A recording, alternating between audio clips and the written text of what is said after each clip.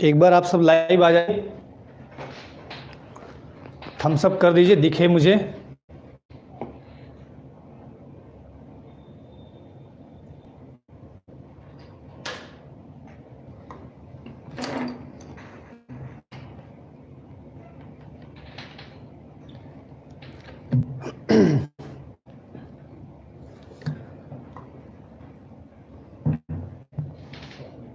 Good afternoon, good afternoon, good afternoon. चलिए class start करें। तो आपके समक्ष मैं सामान्य हिंदी लेके आया हूँ। सामान्य हिंदी की उपयोगिता क्या है और सामान्य हिंदी के माध्यम से आप पढ़ेंगे क्या क्या, है ना। Good afternoon, good afternoon.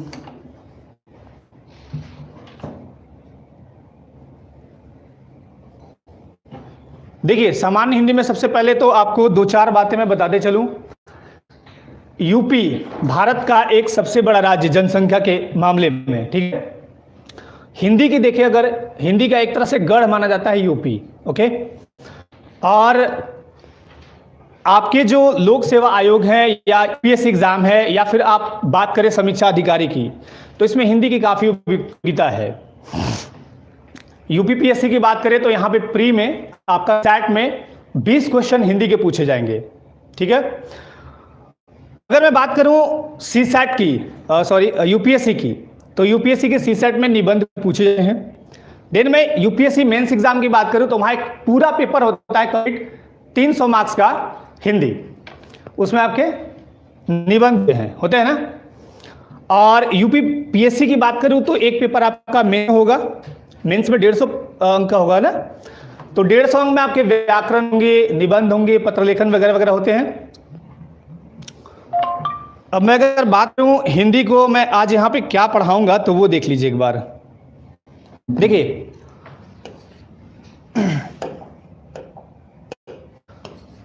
सामान्य हिंदी के तहत आप अभी पढ़ेंगे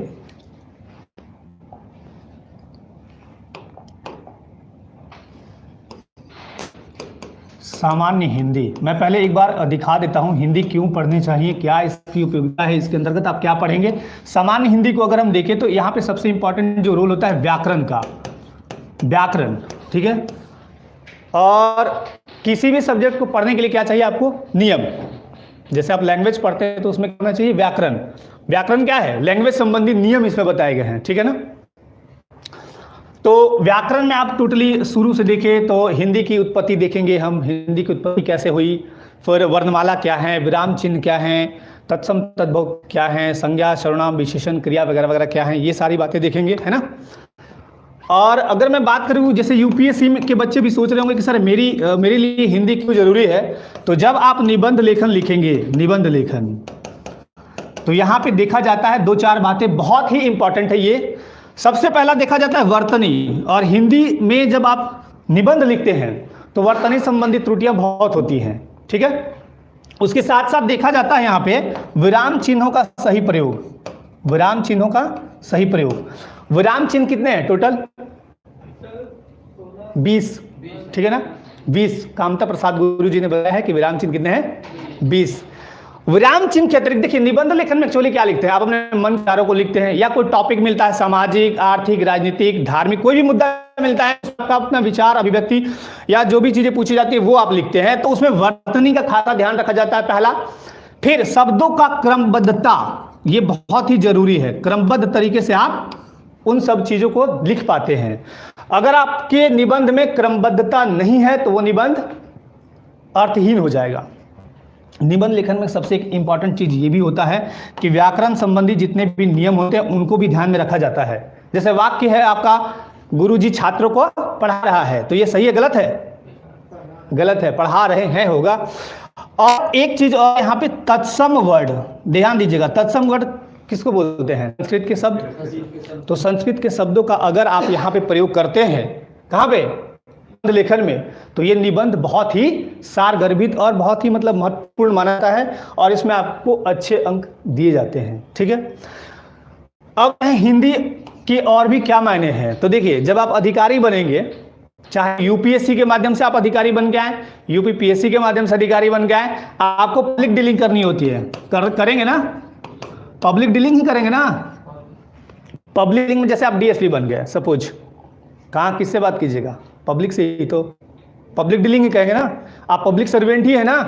तो जब पब्लिक डीलिंग करेंगे तो हमारे यूपी का जो भारत की सबसे ज्यादा आबादी रखती है, इस यूपी में ही का मतलब सिलेक्शन होगा। और इस यूपी में जब आप पब्लिक डीलिंग करेंगे तो हिंदी भाषी आपको बहुत ज्यादा मिलेंगे। जब आप कॉन्फ्रेंस करेंगे न्यूज़पेपर वालों के साथ, तो वहां न्यूज वाले सारे इंग्लिश वाले तो होंगे नहीं, बहुत सारे हिंदी भाषी के होते हैं। तो वैसे में आप अपने पेश कैसे कीजिएगा, हिंदी के माध्यम से। तो हिंदी में अगर आपकी वाणी में सकता है, क्रमबद्धता है, ये सारी चीजें हैं, व्याकरण आपको बहुत अच्छे से आती है, तो फिर हिंदी में कहीं कोई प्रॉब्लम आपको नहीं होगी और आप चीजों को बहुत बेहतर तरीके से कर पाएंगे। ओके, तो हिंदी की उपयोगिता इन मामलों में है। एक मामला और दिखाते हैं, हिंदी पढ़नी चाहिए, क्यों जरूरी है, क्यों हमारी रुझान हिंदी की तरफ होनी चाहिए। एग्जाम पर्पस से भी दे रहे हैं और हमारे रोजमर्रा के लाइफ में भी और ऐसे भी। देखिए, हिंदी हमारे देश की है राष्ट्रभाषा नहीं है क्या? राष्ट्रभाषा नहीं है? किसने बोला राष्ट्रभाषा नहीं है? राष्ट्रभाषा नहीं है, बिल्कुल है। किसने बोला कि राष्ट्रभाषा नहीं है? हिंदी हमारे देश की राजभाषा भी है, राष्ट्रभाषा भी है। ठीक है, ठीक है। एक बार मैं इसको मिटा लूं, इसके बाद दिखाता हूं मैं पूरा सिनोरियो।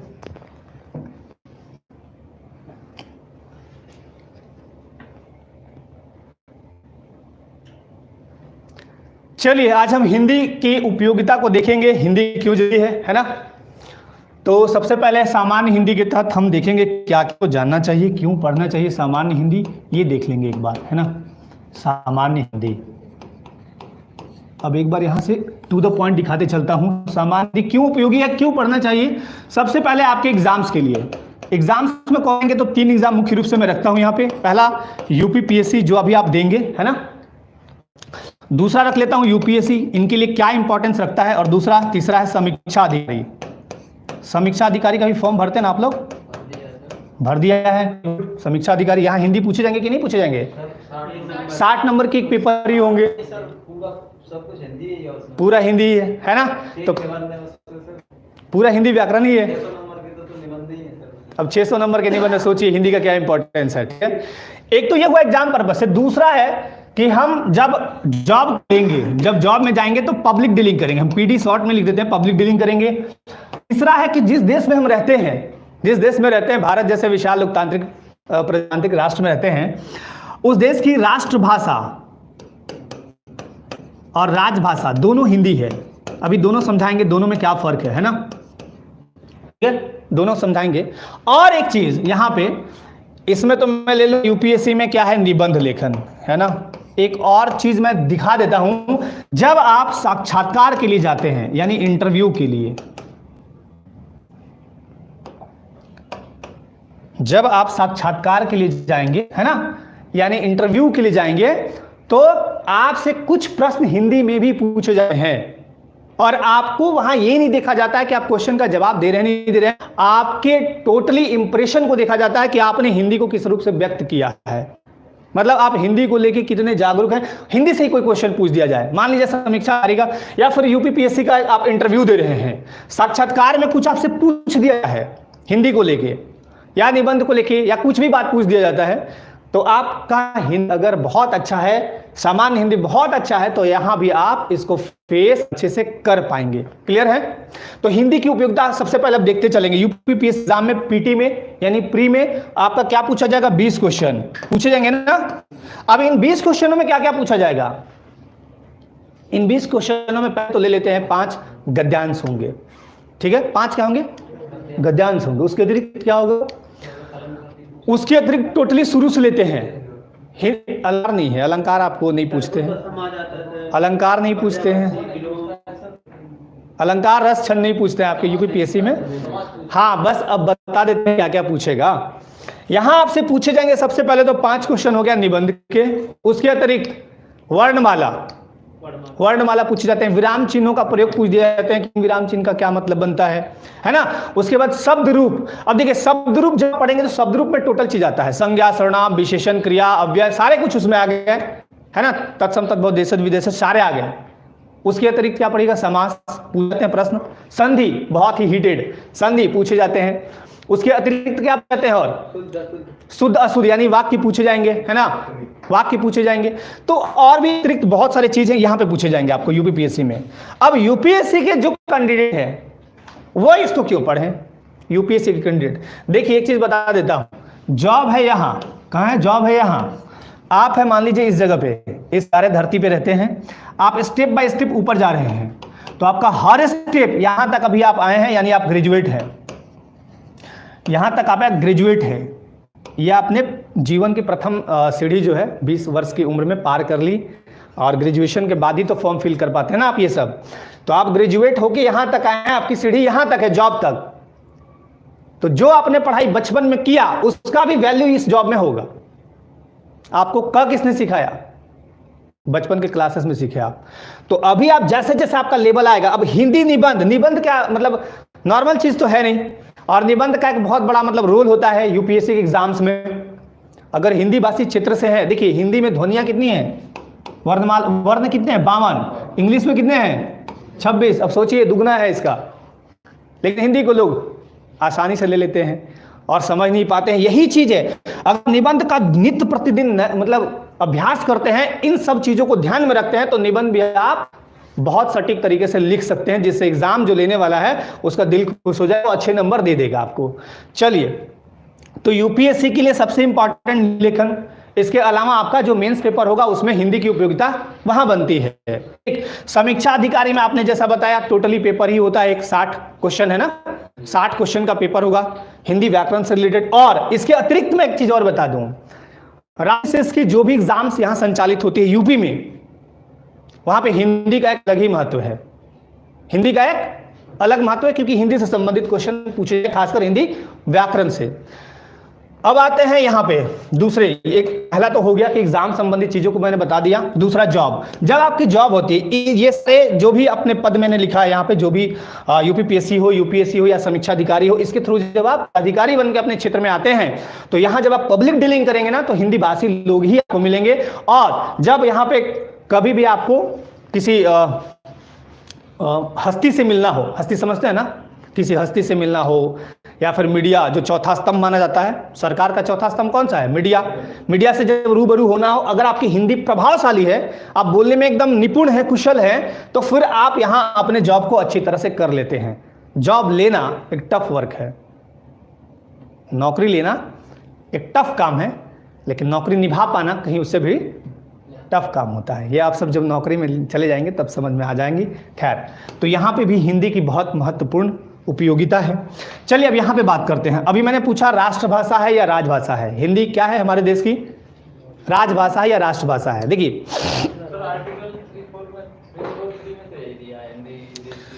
ठीक है, मान लिया आपकी बात, आर्टिकल 343 लिख दिया, आपके अनुसार मैं ये भी लिख देता हूँ, कुछ और बता दीजिए इससे संबंधित चीज अगर आप रखे हैं तो बता दीजिए। अनुसूची 8वीं अनुसूची में भाषाओं के बारे में उल्लेख है। अब आप कहेंगे कि सर भाग 17 कहता है कि भाषा संबंधी उपबंध, उसमें भी बोला गया है, बात बराबर है ना। अभी मैं डिटेल नहीं जा रहा हूं, मैं शॉर्ट में बता रहा हूं। राजभाषा, ऐसा आर्टिकल 343 कहता है कि संघ की राजभाषा हिंदी होगी और उसकी लिपि देवनागरी होगी और अंकों का प्रयोग अंतर्राष्ट्रीय स्तर का होगा। यानी अंकों का प्रयोग कुछ इस तरह से नहीं कर देना। ये वाले आते हैं आप लोग को लिखने, गुड, तो ये वाले नहीं होंगे अंकों के प्रयोग। अंकों के प्रयोग कौन से होंगे, अंतर्राष्ट्रीय स्तर के ये वाले हैं, 1 2 3 4 ऐसे वाले ना, तो ये होंगे। आर्टिकल 343 कहता जरूर है। राजभाषा कहते किसे हैं, किसे कहेंगे हम राजभाषा? बस अगर एक लाइन में बोलना हो तो सरकारी कामकाज की भाषा को राजभाषा, सिंपली मैं समझा देता हूं, बाकी डिफिनेशन वहां अंदर समझाएंगे अभी। सरकारी कामकाज की भाषा या ऑफिशियल लैंग्वेज, उसी को हम बोलेंगे अंग्रेजी में। तो चलिए राजभाषा, इसका उल्लेख संविधान में है। तो क्या भारतीय संविधान में जिस चीज का उल्लेख नहीं है वो भारत में नहीं है? सीधा सा एग्जांपल मैं नीति आयोग को ले लूंगा फिर। नीति आयोग तो गैर संवैधानिक निकाय है, फिर आप बोलेंगे सर ये तो भारत में नहीं होना चाहिए था। राष्ट्रभाषा जो होगी उसको हम बोलते हैं नेशनल लैंग्वेज, और राष्ट्रभाषा हमारे देश की हिंदी ही है। उसके पीछे रीजन बता देता हूं। राष्ट्रभाषा किसे कहते हैं समझ लीजिए, इसका संवैधानिक उल्लेख नहीं है, बट राष्ट्रभाषा किसी भी देश की क्या हो सकती है, जिस देश की अधिकांशता आबादी लगभग 70% से ऊपर अधिकांशता आबादी जिस भाषा को समझती हो, बोलती हो और विचार आदान प्रदान करने का एक माध्यम बनती हो, उसे हम राष्ट्रभाषा रख सकते हैं। मतलब वो देश उस भाषा को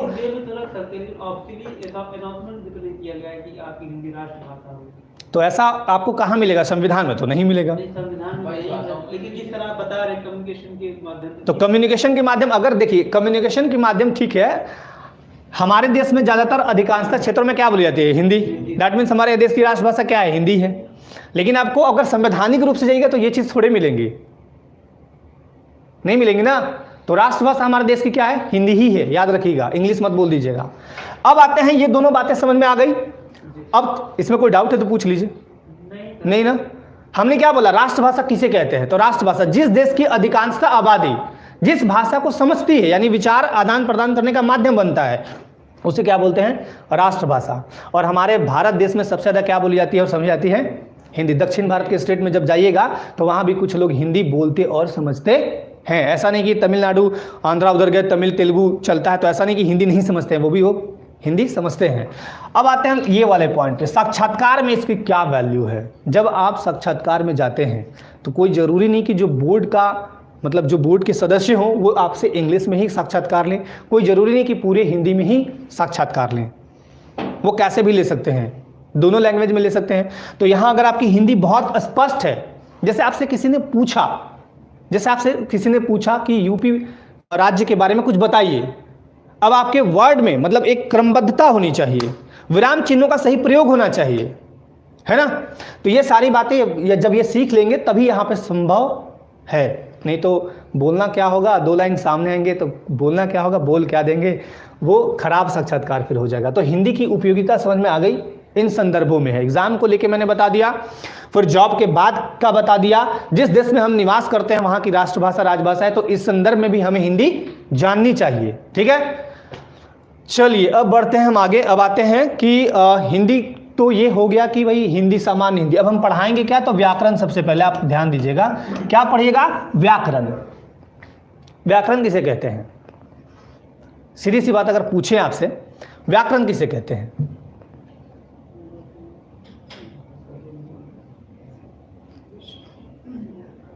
भाषा के नियमों को व्याकरण बोलेंगे। हिंदी भाषा है ना, उसके नियमों को क्या बोलेंगे? हम व्याकरण बोलेंगे। अब देखिए, मैंने एक सवाल सीधा सा पूछा था, सीधा सा जवाब आपसे चाहिए, तो आप लोग थोड़े शांत हो जा रहे हैं। अब चलते हैं कि आपका पेपर अभी, ये तो क्रैश कोर्स है ना आपका? ठीक है, देखिए क्रैश कोर्स में आपका जो है 20 क्वेश्चन हिंदी पूछेगा। अभी हिंदी चल रहा है आपका सामान्य हिंदी, 20 क्वेश्चन। अब इन 20 क्वेश्चनों के लिए हम पढ़ेंगे कैसे, यानी हमारी प्रभावी रणनीति क्या होगी, 5 मिनट 10 मिनट में वो समझा देता हूं कैसे पढ़ेंगे। सबसे इंपॉर्टेंट देखिए, किसी भी एग्जाम में अगर सफलता प्राप्त करना है आपको, तो सबसे इसके लिए इंपॉर्टेंट है क्या नहीं करे। क्या है? क्या नहीं करे। करे तो पता है, वो तो बता दिया जाएगा, लेकिन क्या नहीं करे यानी क्या नहीं पढ़े। ऐसा नहीं कि हिंदी व्याकरण का बुक खोल लिए और सारा रस अलंकार छंद रट लिए, एक भी रस अलंकार छंद आपके एग्जाम्स में नहीं आए और आप कहें कि हम तो सारे हिंदी पढ़ के गए थे। तो ये गलती किसकी है? आप सबकी गलती है ना। तो सफलता प्राप्त करने के लिए सबसे जरूरी है क्या नहीं पढ़े। अब आते हैं कि हम हिंदी को करेंगे कैसे, पढ़ेंगे कैसे। अब ध्यान दीजिएगा, देखिए यही ना व्याकरण रख लेता हूं मैं। हिंदी सामान्य हिंदी में जो टॉपिक है व्याकरण, किसी भी चीज के 3 खंड कर दीजिए, ये सफलता का राज। किसी भी चीज के 3 खंड करिए। चीजों को अगर आप तोड़ना सीखेंगे ना तो बहुत जल्द आप सफलता प्राप्त कर लेंगे, और चीजों को तोड़ना नहीं आता है तो फिर दिक्कत हो जाएगी। अब चीजों को तोड़ना क्या, व्याकरण को हमने 3 पार्ट में तोड़ दिया। नहीं, वो तो बता दिया मैं कि क्या नहीं पढ़ना है, वो आपको आना चाहिए, वो तो आपकी बात है। अब हम जब व्याकरण को पढ़ेंगे तो ये 3 टाइप से पढ़ेंगे। कैसे पढ़ेंगे वो देखिए। किसी भी एग्जाम को देने जब जाते हैं आप, या आप तो अनुभवी हैं, 1-2 एग्जाम दिए हैं ना आप लोग, तो एग्जाम के 3 टाइप होते हैं क्वेश्चन के 3 टाइप होते हैं। पहला होता है सरल, मतलब आसान, इसी को बोलते हैं हम आसान, ठीक है ना। दूसरा होता है मीडियम यानी मध्यम, फील किया है कभी आपने एग्जाम देके। और तीसरा होता है कठिन। किसी भी एग्जाम को दे लीजिए आप, 3 पार्ट होते हैं उसके। तो सबसे हम व्याकरण को तोड़ रहे हैं 3 पार्ट में। इसमें कठिन बताइए, आप खुद ही टॉपिक चूज कर लीजिए कि इसमें कठिन कौन सा लगता है। व्याकरण के जो टॉपिक हैं, अगर मैं बात करूं यहाँ पे, मैं फटाफट नाम लेते चलता हूं, आप लोग एक बार समझ लीजिएगा। पहला है वर्णमाला। पहले हिंदी भाषा की उत्पत्ति पे आते हैं, वो शॉर्टली आपको जानना चाहिए, वो मैं थोड़ी दिखा दूंगा। हिंदी भाषा की उत्पत्ति कैसे हुई थी, है ना। हिंदी कहाँ से आई आखिर, एक सवाल है ना। अपभ्रंश कहाँ से आ गई, कैसे विकास हुआ, ये सब जानना चाहिए ना। हाँ, ठीक है, पाली प्राकृत, उसके बाद अपभ्रंश आई, है ना। चलिए अच्छी बात है। तो हिंदी भाषा की उत्पत्ति हो गई। उसके बाद आते हैं हम कहाँ पे, दूसरे में आते हैं वर्णमाला में, तीसरे में आते हैं वर्णमाला के बाद हम पढ़ेंगे विराम चिन्ह, ले लीजिए सीक्वेंस में नहीं, हम ऐसे बता रहे हैं। उसके बाद फिर आप संज्ञा, सर्वनाम, विशेषण, क्रिया विशेषण, संबंध बोधक, समुच्चय बोधक, उसके बाद फिर आप ले लीजिए वाक्य ले लिए ना। उसके बाद फिर आप ले लीजिए संधि, समास, विलोम शब्द, पर्यायवाची शब्द, अनेक शब्दों के बदले एक शब्द, और क्या बच गए, वो तो विशेषण में हो गया ना। वर्तनी, हाँ वर्तनी बहुत ही इंपॉर्टेंट, वर्तनी याद कराया आपने, वर्तनी। अच्छा एक चीज बताइए, मैं यहां पे लिखता हूं कुछ, आप लोग पकड़िए तो। ये सही है, ये सही है, ये सही है, या ये सही है, या नन ऑफ द अबव। एक और है none of the above. None of the above में आया आप, दूसरा है, दूसरा नन ऑफ द दीजिए सर, एक भी नहीं है इसमें, एक भी नहीं है। वाह क्या बात है। अब देखिए, चलिए आप लोग बताइए कुछ है तो। दूसरा है सर, आ का डंडा कहाँ लग रहा है उस पे, कहाँ डंडा। देखिए मैं एक सीधा सा फंडा आपको बता देता हूँ। आज के बाद रेफ वाला चक्कर है ना, इसको क्या बोलते हैं हम, रेफ बोलते हैं ना। शब्दों के ऊपर रेफ लगा होना, र की ध्वनि रेफ लग जाना, यही बोलता है ना। ये इसमें जो सही है वो है ये वाला बी, ये सही है। अब मैं दिखाता हूँ कैसे सही है। सर इस पे तो कोई है नहीं, क्या नहीं है, आशीर्वाद लिख रहा है। अरे सॉरी, हाँ 1 सेकेंड, आशीर्वाद है, सॉरी, हाँ नन ऑफ दीज, ठीक है, गुड, मैंने ध्यान नहीं दिया। अब ध्यान दीजिएगा, नन ऑफ दीज मतलब ये वाला होगा। तो ये होगा कैसे, अब दिखाता हूं आपको, दूसरे इसी में दिखा देता हूं। इसको मिटा दूं, इसमें अच्छा बता दीजिए पहले कठिन कौन सा है आपका, जितने भी मैंने टॉपिक्स के नाम लिए उसमें कठिन कौन से हैं। चलिए आपने बोला, फटाफट बता दीजिए। ये कठिन आपको लगा, विशेषण, विशेष्य वाला, यही ना। ये टफ है, आप लोग और कुछ बता दीजिए। टफ किसी को कुछ लगे तो बताइए फटाफट, मैं आपके समक्ष सरल करने के लिए हूं। संधि, हाँ ये गुड, ये आपने सही बोला, क्योंकि संधि बहुत लोगों को दिक्कत होता है। मैं एक और टॉपिक अपने मन से ले लेता हूँ, समास बहुत लोगों को दिक्कत होती है, क्योंकि समास में जब आते हैं समास में जब आता है कुछ चीज़ों को छांटने के लिए कि ये कौन सा समास है, तो दिक्कत हो जाती है ना। चलिए उसके बाद एक और कठिन चीज़ मैं ले लेता हूँ, वर्तनी, जिसके बारे में कुछ लोग फंस जाते हैं, है ना। वर्तनी भी टफ होता है, लेकिन वर्तनी में कुछ ही शब्द हैं, टेंशन नहीं लेना है। हाँ विराम चिन्ह में दिक्कत है, विराम चिन्ह में तो कुछ नहीं है। विराम चिन्ह में एक बार बताऊंगा आपको, सारी चीजें याद हो जाएगी, टेंशन ना ले। मध्यम में कौन सा होगा, मीडियम में कोई भी रख लीजिए आप, और सबसे सरल में कौन सा होगा, पहले ये बताइए। मीडियम अपने आप आ जाएगा। सबसे सरल कौन सा है हिंदी टॉपिक, हिंदी व्याकरण में वर्णमाला सरल है, तो बताइए विवृत स्वर किसे कहते हैं या समृद्ध स्वर किसे कहते हैं। वैसे नहीं, एकदम डेफिनेटली बताइएगा तभी। देखिए सबसे सरल क्या होगा, आप बताइए कुछ, सबसे सरल क्या है,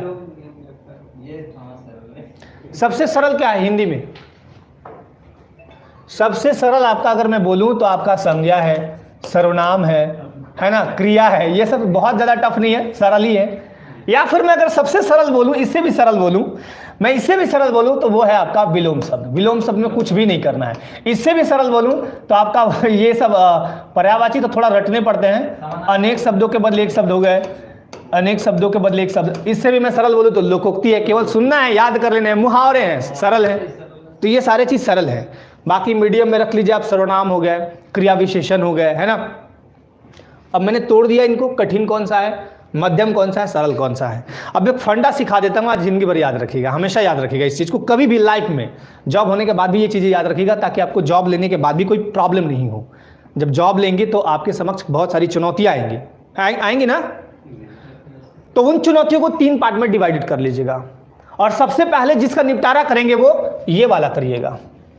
कारण क्या है कि जब एक बार जब सरल करेंगे ना, कोई कमेंट करें कि वर्णमाला सबसे कठिन है ना, सबसे कठिन है। खैर अब देखिए, सबसे जो सरल होगा सबसे पहले उसको निपटाइएगा। उसका पीछे लॉजिक बता देते हैं आपके समक्ष। जैसे सरल इसको मान लीजिए निपटा दी, ये है 20%, तो फिर आपके ऊपर बर्डन कितना बचा, 80%। यदि आपने इसको मतलब 30% ले लेते हैं, 30%, ये 30% है। अगर आप इसको निपटाने के चक्कर में गए और ये कहीं नहीं निपटा तो आप निपट जाओगे। बात समझ रहे हैं, टाइम भी वेस्ट, आपका काम भी तरीके से नहीं हो पाएंगे। तो ये सारे जब आप एक समान रखते हैं तो सबसे पहले सरल को सॉल्व करना है, उसके बाद मध्यम को, तब कठिन को। ठीक, अब आते हैं यहाँ पे, इसका एक फंडा मैं सिखा देता हूँ। ये देखिए, आशीर्वाद या फिर किसी भी रेफ वाले शब्द पे कैसे रेफ लगाते हैं उसका एक सीधा सा तरीका मैं सिखा देता हूँ, हमेशा याद रखिएगा। अगर जरूरत पड़े तो नोट डाउन भी कर लीजिएगा। जैसे एक वर्ड मैंने लिया आशीर्वाद, ऐसे कोई भी वर्ड आप बता सकते हैं, केवल मैं रेफ वाला चक्कर ले रहा हूं। ठीक है, यहां पे मैं लिख देता हूं रेफ वाला, ये है, ये चीज है। ठीक है, शब्द के ऊपर लगना रेफ। एक तो ये हो गया, दूसरा मैंने ले लिया निर्जीव। ठीक, और आप लोग भी बताइए कुछ, अगर दिमाग में है तो बता दीजिए, नहीं तो बोलेंगे सर अपने से ही ले लें। कुछ बताइए अगर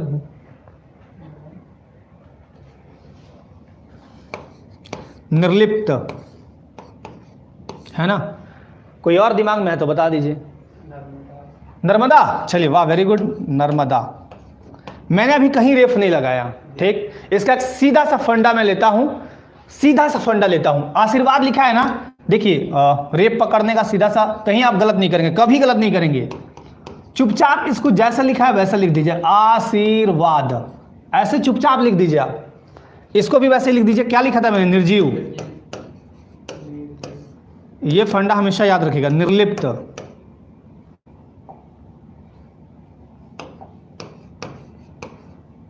निर्लिप्त, यही है। उसके बाद है नर्मदा। मैंने जहां जहां रेफ था वहां वहां र लिख दिया, यही किया। अब देखिए कहां रेफ लगाना है, और जहां भी र लिखे उसके बाद वाले शब्द पे आप रेफ चढ़ा दीजिए, कभी आप गलत नहीं होंगे। फॉर एग्जाम्पल, चुपचाप आशीर्वाद लिखिएगा, अब र मत लिखिएगा। इस बार र नहीं लिखना है आपको, आशीर्वाद लिखिए। र यहां है ना, किस पे चढ़ेगा, ये सही हो गया आपका। फिर देखिए निर्जीव, निजीव मैंने लिखा, किस पे लगेगा बताइए, र के बाद वाले अक्षर पे, ये सही है, आप कभी भी मिला लीजिएगा। उसके बाद निर्लिप्त लिखा हुआ है तो निलिप्त लिखिए चुपचाप। र कहाँ था, यहां, किस पे लगेगा, ली पे लगा दिया मैंने। नर्मदा, नमदा लिख दीजिए। र कहाँ था, यहां पे, किस पे लगेगा, माँ पे। ये हमेशा याद रखिएगा, कभी आप गलत नहीं होंगे। क्लियर। तो रेफ वाला चक्कर तो मैंने खत्म कर दिया आपका। आपके समक्ष कभी भी अगर समस्या है कि कोई वर्तनी दिया हो और उसको बोला जाए कि या तो इसमें शुद्ध वर्तनी चुने या अशुद्ध वर्तनी, अगर रेफ से संबंधित हो तो आपको दिक्कत अब नहीं होने चाहिए। क्लियर। चलिए अब बढ़े आगे। तो मैंने बोला कि जब भी आप व्याकरण को पढ़ें तो उसको 3 पार्ट में डिवाइड कर दें, पहला सरल, दूसरा मध्यम और तीसरा टफ। ठीक है, ऐसे आप पढ़ेंगे तो आप आसानी से चीज़ों को अचीव कर पाएंगे। चलिए अब स्टार्ट करते हैं हम आज का सबसे पहला टॉपिक। अब टॉपिक पे चलते हैं हम लोग, और ये तो बता दिए आपको देखिए सामान्य हिंदी के तहत सबसे पहले हम पढ़ेंगे कि हिंदी भाषा आई कहाँ से, क्या है। तो सबसे पहला टॉपिक है हिंदी भाषा की उत्पत्ति, विकास और स्वरूप। ठीक है, अब ध्यानपूर्वक सुनिएगा और इसमें मैं जो चीज़ बताऊंगा वो चीज़ ध्यान रखते जाना आपको, ताकि हिंदी से संबंधित चीज़ों में कोई दिक्कत नहीं हो। देखिए विश्व में लगभग 4000 भाषाओं में एक प्रमुख भाषा है हिंदी। ठीक, आपको जानकर ये बहुत आश्चर्य होगा कि जो हिंदी है वो विश्व में 3rd नंबर पे है। देखिए ये कभी कभी क्या होता है ना कि मंदारिन को आगे अंग्रेजी चला जाता है, कभी कभी ऐसा, कभी कभी आपने पढ़ा है ना कि खाद्यान्न उत्पादन में ये राज्य पहले था, कभी बगल वाला राज्य आगे आ गया, तो कभी कभी हो जाता है। विश्व में पहला स्थान चीनी, चीनी की भाषा क्या है, चीन की भाषा क्या है, चीनी या मंदारिन बोलिए आप, अंग्रेजी और तीसरा हिंदी। तो सोचिए कि 4000 भाषाओं में हिंदी की क्या उपयोगिता है, 4000 भाषाओं में हिंदी की उपयोगिता क्या है, 3रे नंबर पर है। सोचिए कितना इंपॉर्टेंट है, और उसी हिंदी को पढ़ने में आप लोग को दिक्कत होने लगती है। भाषा क्या है, भाषा की उत्पत्ति, देखिए भाषा शब्द संस्कृत के भाष धातु से बना है। अब ये धातु होता क्या है, एक बार पूछा है यूपीपीएससी में कि धातु किसे कहते हैं, इसी से रिलेटेड कुछ क्वेश्चन था, प्रीवियस ईयर क्वेश्चन बैंक निकाल के देखेंगे तो मिलेगा आपको। धातु क्रिया के मूल रूप को कहते हैं, किसे कहते हैं, क्रिया के मूल रूप को क्या कहते हैं, धातु।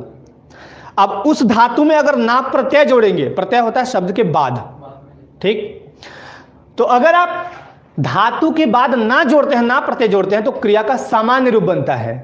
जैसे मैं एक एग्जांपल के तौर पे दिखा दूं, मैं बोल देता हूं, लिख, लिख एक धातु है, लिख क्या है, धातु। उस लिख में अगर ना जोड़ देंगे प्रत्यय के रूप में तो क्या बन जाएगा, लिखना, जो कि क्रिया का सामान्य फॉर्म बन जाएगा। ठीक, तो भाषा की उत्पत्ति कैसे हुई, भाषा शब्द संस्कृत के भाष धातु से बनी है, जिसका अर्थ है कहना, यानी भाषा का मतलब होता है कहना। यानी आगे देखिएगा, भाषा एक दूसरे को समझने समझाने का एक सशक्त माध्यम है, मतलब एक मीडियम है, जिसके माध्यम से आप, अभी मैं बोल रहा हूं हिंदी में, हिंदी भाषी आप हैं तभी समझ पा रहे हैं। अगर कोई तेलुगु का बच्चा हो जो हिंदी कभी जीवन में नहीं पढ़ा हो, तो वो मेरी बातों को नहीं समझ पाएंगे। कारण क्या है, भाषा, कारण क्या है, भाषा। तो भाषा एक दूसरे को समझने समझाने का एक सशक्त माध्यम है। हिंदी देखिए एक्चुअली फारसी भाषा का शब्द है, हिंदी भारत की नहीं है, फारसी भाषा का शब्द, इस पे भी डिबेट करते हैं थोड़ा सा। लेकिन हिंदी ना तो फारसी का है ना ही हिंदी भाषा का, ये तो उस तरह है जैसे बच्चा भारत का और पड़ोस, नामकरण कौन कर रहे हैं, पड़ोसी कर रहे हैं। बच्चा भारत का है और नामकरण कौन कर रहे हैं, पड़ोसी कर रहे हैं। तो यही है हिंदी। ठीक है, हिंदी भाषा के लिए हिंदी शब्द का, अब देखिए हिंदी भाषा के लिए जो हिंदी शब्द आया था उसका प्राचीनतम, मैंने सबसे पहला प्रयोग देखा जाए तो सरफुद्दीन यजदी के जफरनामा 1424 ईस्वी में मिलती है ये देखने को।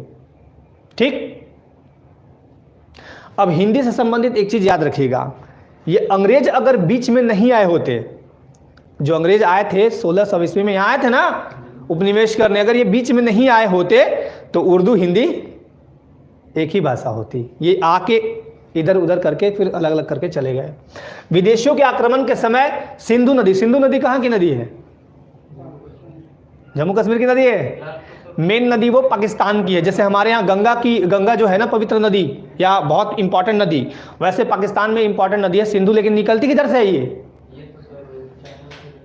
चाइना से निकलती है। गुड, चाइना से ही निकलती है, कैलाश पर्वत से हाँ निकल के फिर वो आपका जम्मू कश्मीर होते हुए फिर वो चली जाती है। खैर, तो देखिए विदेशियों के आक्रमण के समय सिंधु नदी के आसपास रहने वाले लोग सिंधु कहे जाते थे, सिंध कहे जाते थे। यहाँ पे सिंधु नहीं हुआ, सिंध कहे जाते थे।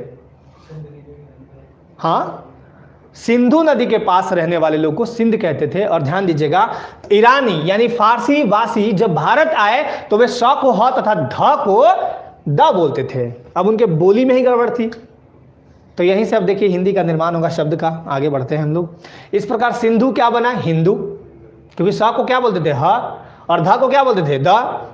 इससे बना हिंद, हिंद में ई प्रत्यय जुड़ा, हिंदी बन गया। एक तो ये है आपका हिंद, हिंदी का अर्थ हिंद का यानी हिंदी बन गया।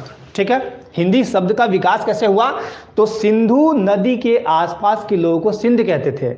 अब सिंध कहते कहते वो हिंदू हिंदू कहने लगे, क्योंकि सा को हा और धा को दा बोलते थे। फिर हिंद, और हिंद से हिंदी ई प्रत्यय जुड़ा, फिर हिंदी बन गया।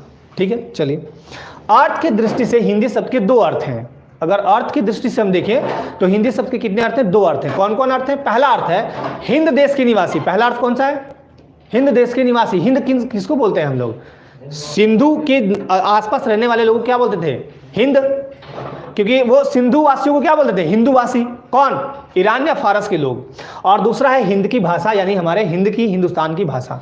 अच्छा एक बात बताइए, भारत के कितने नाम हैं? अगर आपसे कोई ये पूछ दिए, आर्यवर्त, ब्रह्मावर्त, 5 नाम है टोटल। नहीं पढ़ते हैं? शादी ब्याह होता है तो जम्बू द्वीप है, भारतवर्ष है, आर्यावर्त है, आर्यावर्त, जम्बू द्वीप, भारतवर्ष, उसके बाद इंडिया। हाँ चलिए गुड, भारतवर्ष, इंडिया। इकबाल ने कहा है हिंदी है हम, वतन है हिंदुस्तान हमारा। ठीक है, हिंदी को इकबाल एक बहुत बढ़िया मतलब वो है, उन्होंने बोला था हिंदी है हम, वतन है हिंदुस्तान हमारा, मतलब हिंदी हमारे रग रग में है, ऐसा इन्होंने बोला था। अब आते हैं हिंदी की आदि जननी संस्कृत है। कैसे है संस्कृत वो दिखाते हैं। संस्कृत जो भाषा है वो देवताओं की भाषा है, आर्यों की भाषा है ना? देवताओं की भाषा है, आर्यों की भाषा है। आर्य भारत में कब आए थे? 1500 BC में आए थे, है ना? मध्य एशिया से होते हुए खैबर, बोलन, दर्रा, दर्रा समझते हैं ना, 2 पहाड़ी के बीच के गैप को दर्रा बोलते हैं, वैसे होते हुए आए। और संस्कृत जब आदि जननी है तो संस्कृत से ही विकास हुआ पाली का। एक बार यहाँ पे मैं लिख के दिखा देता हूँ ताकि आप लोग भी नोट डाउन कर लें।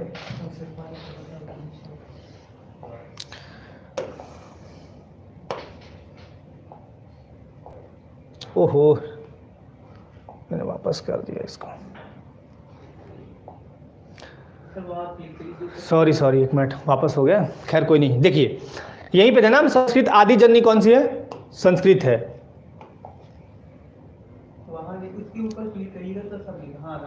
चलिए, संस्कृत के बाद कौन सी भाषा आई? संस्कृत के बाद कौन सी भाषा आई? देखिए, संस्कृत का विकास हुआ, बना पाली।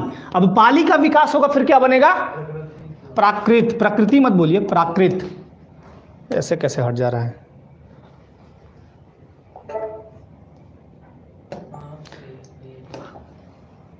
हट जा रहा है बार बार, खैर कोई नहीं। देखिए मैं बोल देता हूं, लिखने में थोड़ा गड़बड़ हो जा रहे हैं। तो संस्कृत के बाद क्या आया? पाली। पाली के बाद क्या आया? प्राकृत। और प्राकृत के बाद फिर क्या आया? अपभ्रंश। अपभ्रंश के बाद आया अवहट। अवहट के बाद आया पुरानी हिंदी। पुरानी के हिंदी के बाद आया हिंदी। और आज के टाइम में आप जो पढ़ रहे हैं वो मानक हिंदी है। अब ये सारे चीजें बताएंगे, आगे लिखा हुआ भी है। संस्कृत बराबर सम जोड़ क्री जोड़ कत, इसको क्या पढ़ेंगे? कत संयुक्त बोलते हैं। शुद्ध या परिष्कृत भाषा, यानी इसी से विकास हुआ हिंदी का। ठीक, संस्कृत भारत की ही नहीं, यहाँ पे की ही नहीं होगा, वरन विश्व की सबसे प्राचीनतम भाषा है, सबसे पुरानी भाषा संस्कृत है। और आपको पता है कि जब आर्य लोग आए थे तो मतलब क्या था? पूरा जंगल था, भारत क्या था? पूरा जंगल झाड़ था।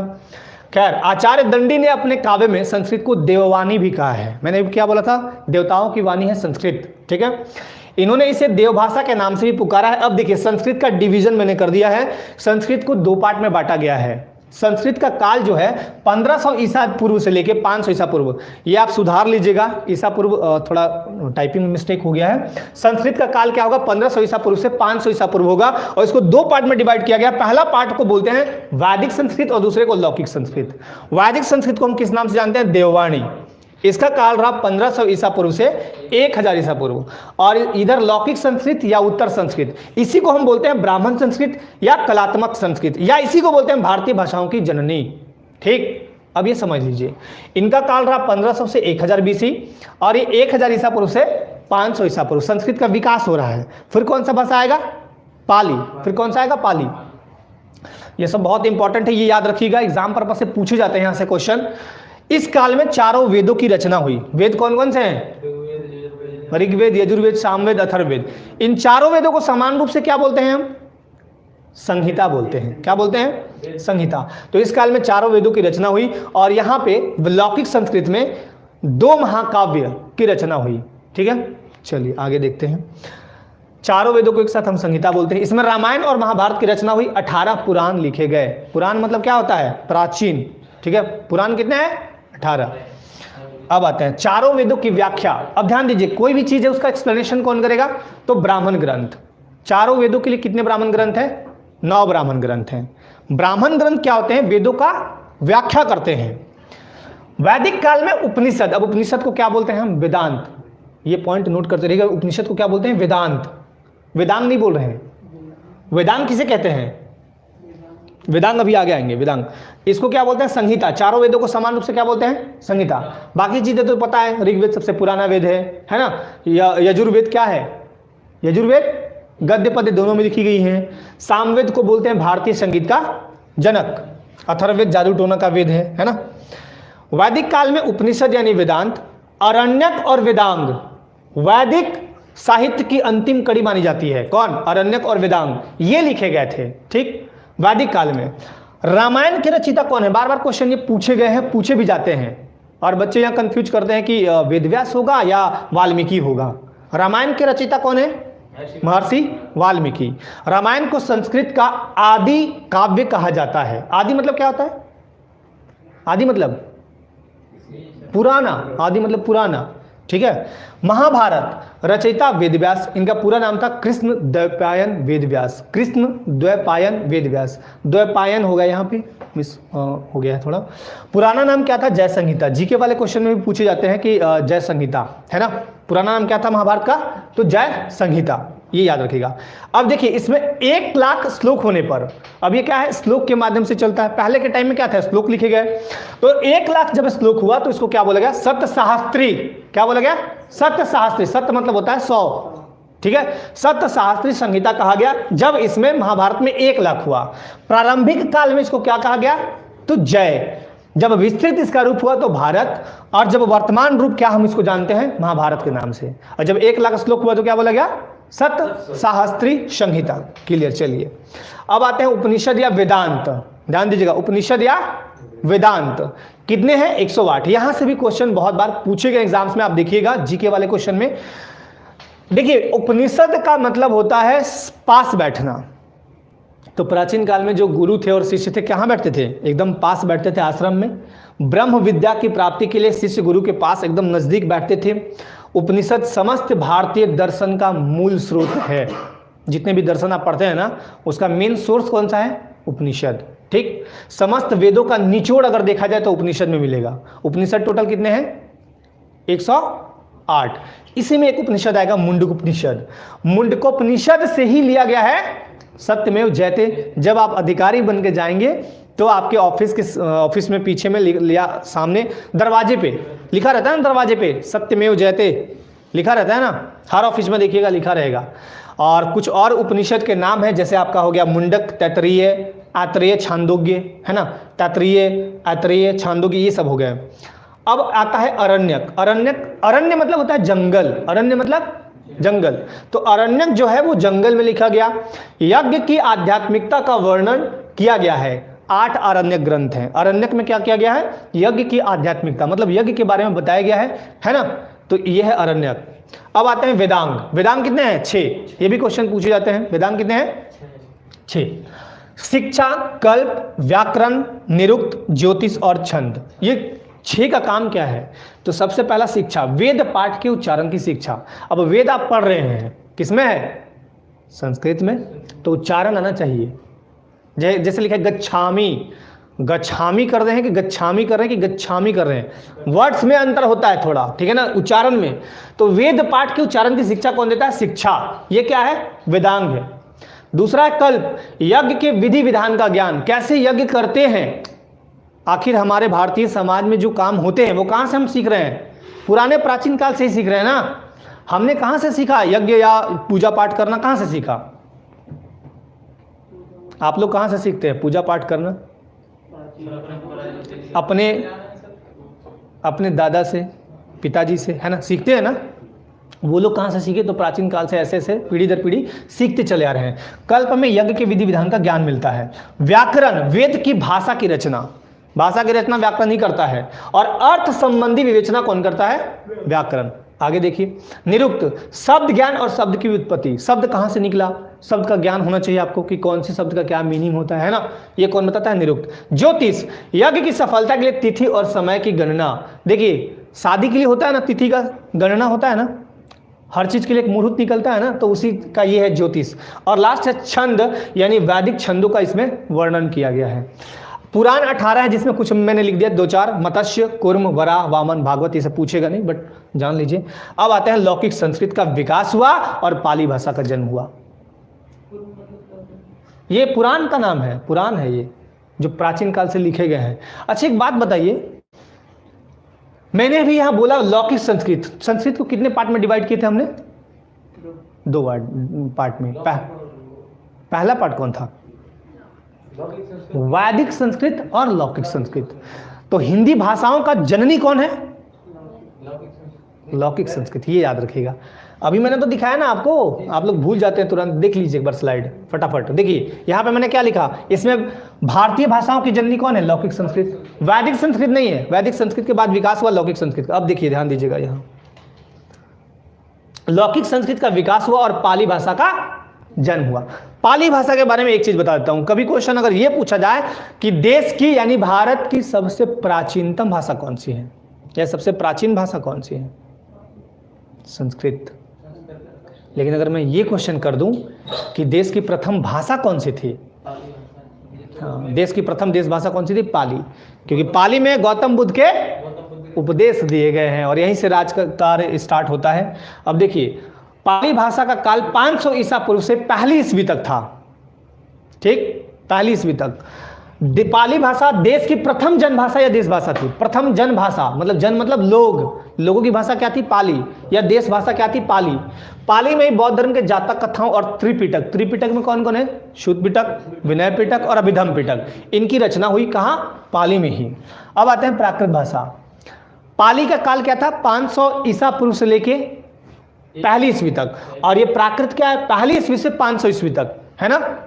पाली भाषा के बाद प्राकृत भाषा का जन्म होता है, ठीक। अब देखिएगा, प्राकृत भाषा में जैन साहित्य की रचना हुई है और जैन धर्म के जो वास्तविक संस्थापक थे कौन थे? महावीर। जैन धर्म के वास्तविक संस्थापक कौन थे? महावीर। महावीर। अगर पूछा जाए जैन धर्म के संस्थापक कौन थे तो ऋषभदेव। Very good. चलिए, तो प्राकृत भाषा में जैन साहित्य की रचना हुई। प्राकृत भाषा के समय जनपद, जनपद कितने थे? 16 महाजनपद। महाजनपद 16 थे, जनपद नहीं पूछा। जनपदों में विभक्त क्षेत्र के अनुसार भाषा का प्रचार प्रसार होता गया और प्राकृत से धीरे धीरे क्या बन गया? अपभ्रंश। और अपभ्रंश का मतलब होता है बिगड़ा हुआ, ठीक। इसी अपभ्रंश से तो हिंदी का जन्म होगा। प्राकृत भाषा के काल में कई क्षेत्रीय बोलियां थी। क्षेत्रीय बोलियां समझते हैं?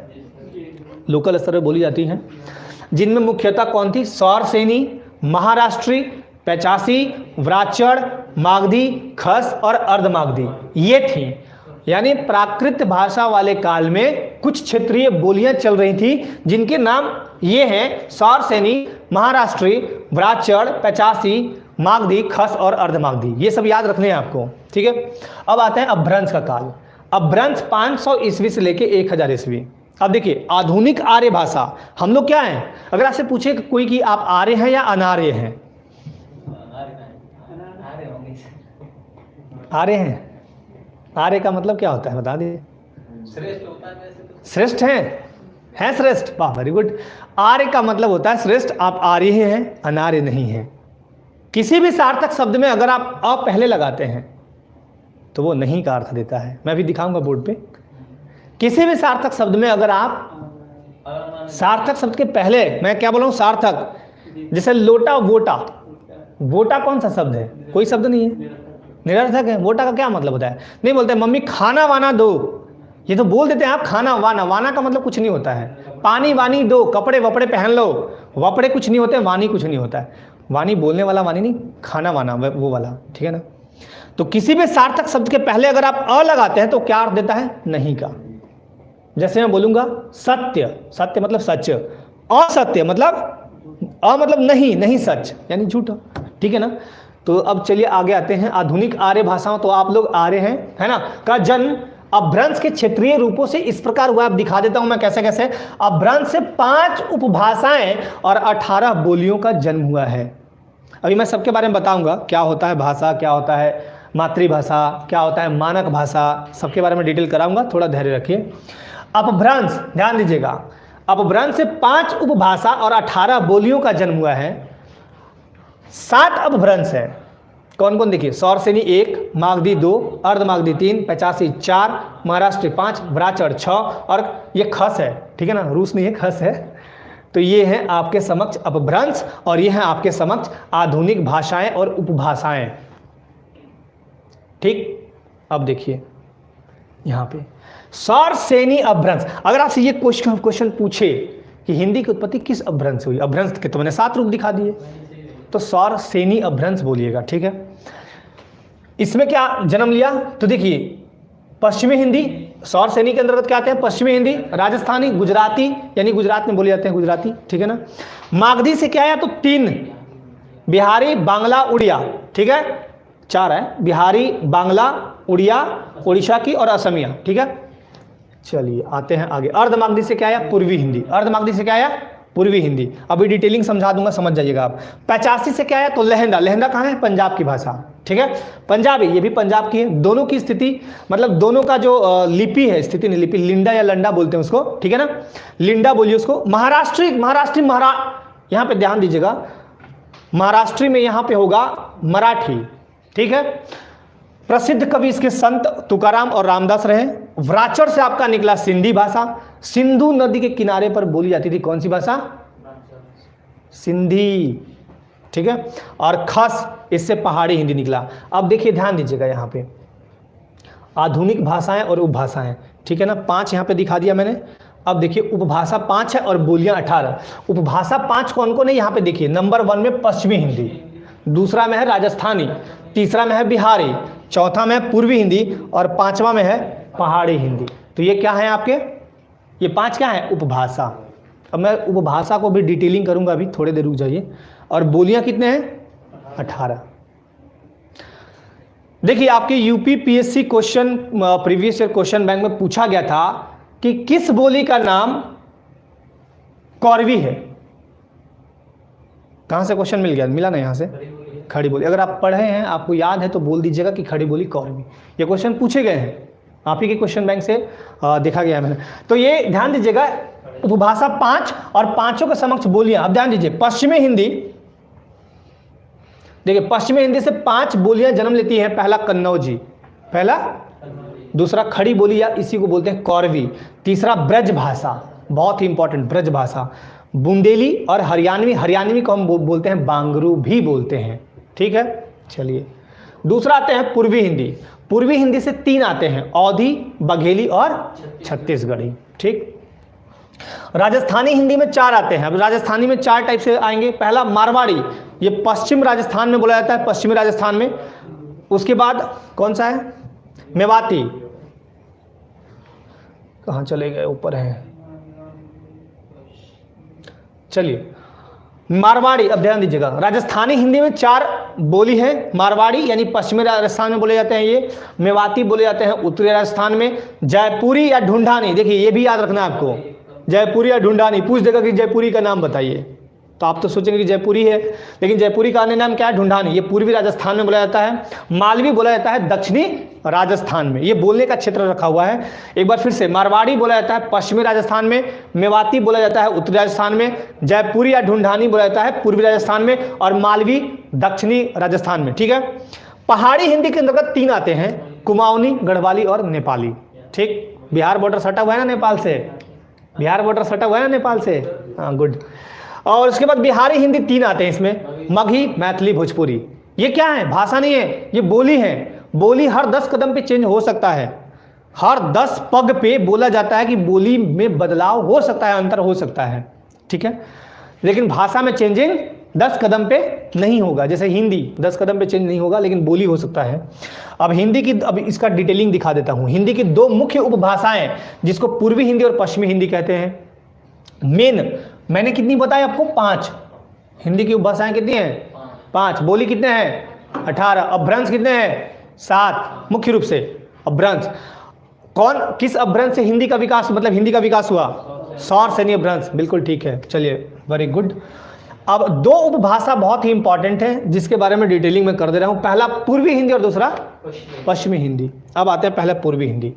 पूर्वी हिंदी की मुख्यतः 3 बोलियां, यानी अवधी, जिसको अवधी, दूसरा होगा बघेली और तीसरा छत्तीसगढ़ी। यानी अवधी बोला जाता है कोसल क्षेत्र में, अयोध्या में, यूपी में बघेली राजपूतों के आधार पर। रीवा कहां पड़ता है? रीवा और सतना मध्य प्रदेश में। रीवा और सतना के क्षेत्र में, देखिए रीवा सतना लिखा हुआ है। और छत्तीसगढ़ी जो बोला जाता है छत्तीसगढ़ में। यानी पूर्वी हिंदी में जो मुख्यतः 3 बोलियां आती हैं, पहला अवधी, अयोध्या वाले आसपास क्षेत्र में बोला जाता है, यानी यूपी में। फिर आपका अयोध्या कहां पड़ता है? हाँ, यूपी में। मतलब बघेली, आपका बघेली राजपूतों के आधार पर रीवा और आसपास के क्षेत्रों में, यानी मध्य प्रदेश वाले इलाका में। उसके बाद छत्तीसगढ़ी कहां बोले जाते हैं? छत्तीसगढ़ में, याद रखिएगा। चलिए, इन तीनों में देखिए अवधि से संबंधित चीजें पूछी गई आपके एग्जाम्स में भी, तो अवधि बहुत बहुत इंपॉर्टेंट, क्योंकि इसी अवधि में कौन आएंगे? गोस्वामी तुलसीदास आएंगे। किसका रचना करेंगे?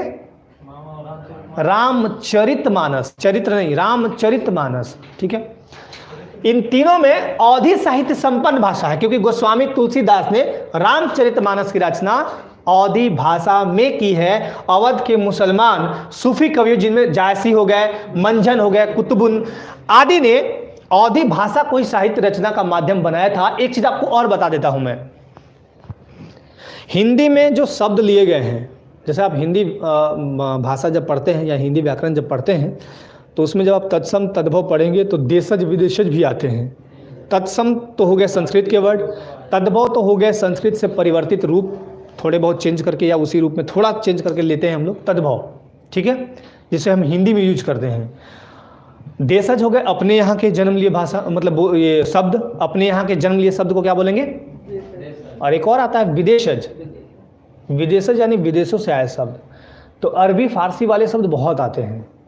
अभी भी आज के टाइम में जब हम हिंदी लिखते हैं या प्रयोग करते हैं, हाँ करते हैं, क्योंकि बता देते हैं कहीं ना कहीं जो शुरुआत हुआ था भाषाओं का, उस टाइम में मतलब मुसलमानों का ही देन था एक तरह से देखा जाए तो, तब जाके फिर हिंदी का परिवर्तन होता है। इसके बारे में पूरा डिटेलिंग करेंगे तो एक बहुत ही मतलब लंबा टॉपिक हो जाता है, क्योंकि बहुत सारे शब्द आज भी ऐसे हिंदी में प्रचलित हैं जो अरबी फारसी के हैं।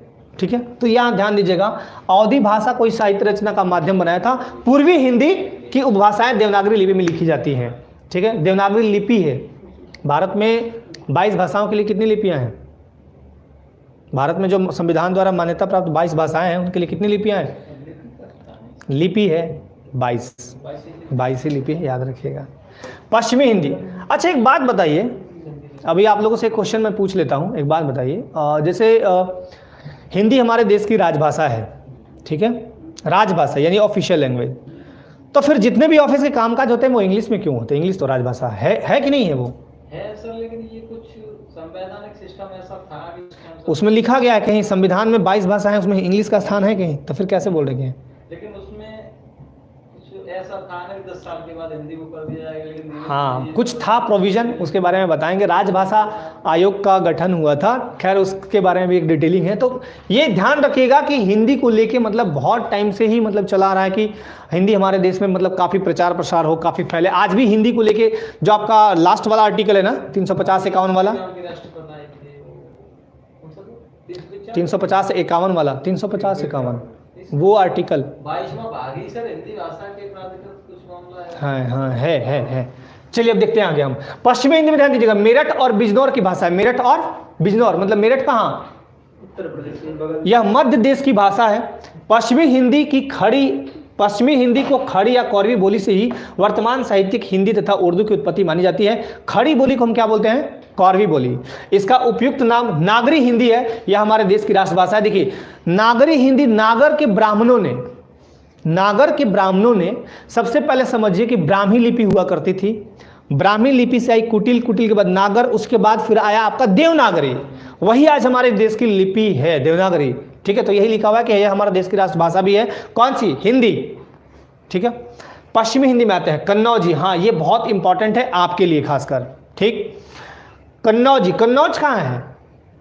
आप ही के इलाके में, यूपी में है ना। तो कन्नौजी पश्चिमी हिंदी में ध्यान दीजिएगा, कन्नौजी। कन्नौज बोली का केंद्र जो है इटावा, कानपुर, फर्रुखाबाद है ना आदि। ब्रज भाषा से ये काफी मिलती जुलती है। कौन? कन्नौजी। तो ये भी याद रखिएगा। दूसरे आते हैं बुंदेली, मध्य प्रदेश और उत्तर प्रदेश की सीमा रेखा, जैसे झांसी, छतरपुर, इसके अलावा ग्वालियर और होशंगाबाद में ये बोली जाती है। कौन सी? बुंदेली।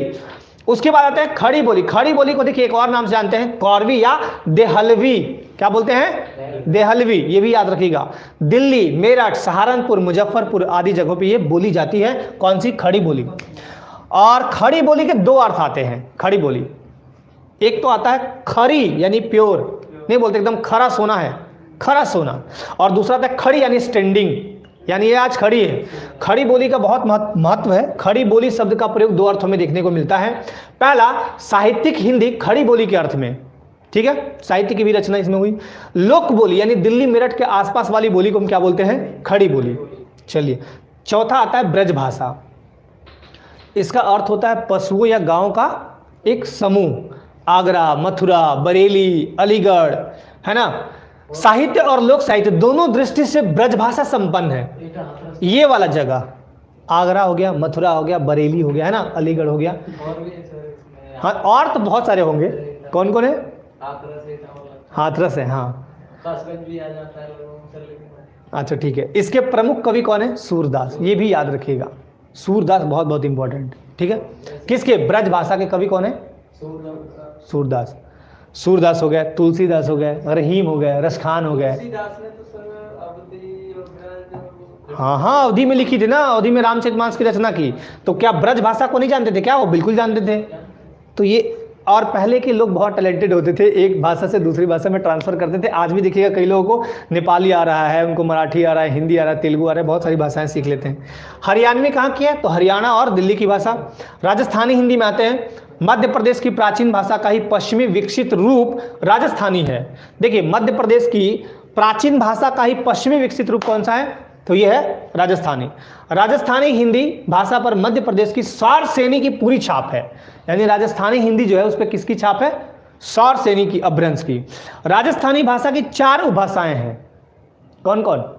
मारवाड़ी, मेवाती, जयपुरी और मालवी। राजस्थानी का प्राचीन साहित्य मुख्य रूप से डिंगल या पुरानी साहित्य मारवाड़ी है। ये भी याद रखिएगा। डिंगल पिंगल आते हैं, बड़ी कर्कश ध्वनि होते हैं, मधुर ध्वनि होते हैं, वो मतलब एक अलग ही इसका टॉपिक है डिंगल पिंगल पढ़ने का, है ना। निम्नलिखित 4 उपभाषाएं यहाँ पे दिया गया है। किसका है ये? मारवाड़ी, मेवाती। किसका है? राजस्थानी का है।